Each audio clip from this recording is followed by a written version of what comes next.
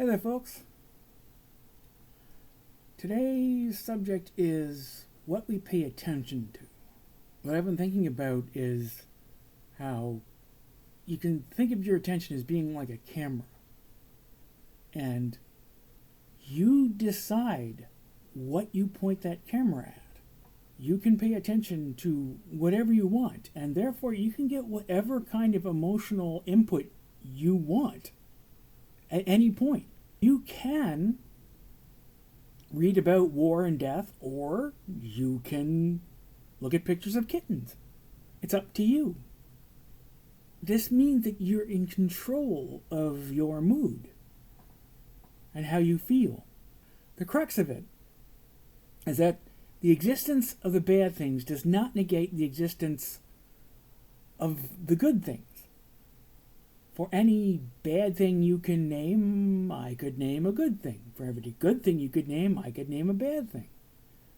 So really, the whole question of is the world bad or good is ridiculous. There's no possible way that you could know enough to make that decision, to actually compute that variable.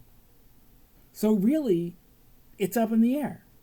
It can be whatever you want it to be, or need it to be, because there's no way of actually knowing. Why not be happy? Why not focus on the good things? This is the lesson I am struggling to learn. I know that for a great deal of my life, I've had what can only be described as a negative point of view. I wouldn't necessarily call myself a pessimist, but I've had a kind of a dark view of life and my place in it for a long time. I'm struggling to realize is that it doesn't have to be that way. I could switch tracks.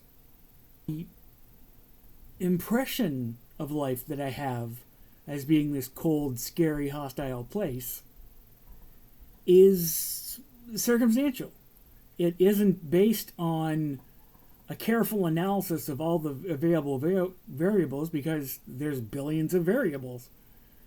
It's just that it's just an impression. And impressions can be changed. So I am struggling towards positivity. And a big part of that is giving myself the freedom to decide what I pay attention to. And if what I'm paying attention to upsets me or makes me depressed or sad, I am perfectly authorized, one might say, to go seek the opposite, to go look at fun, nice, good things, or do something enjoyable. And that's not some kind of betrayal of the truth or living in a false Pollyanna reality or any of that. It's just deciding where you want your needle to rest. Again, you can't know the actual truth of the nature of the world. So why not choose the version that will make you happy, which is, generally speaking, the positive one? These are the thoughts that are in my head right now. I feel like there is a happy, positive, upbeat person inside of me that has been buried under the depression and the craziness for a long time.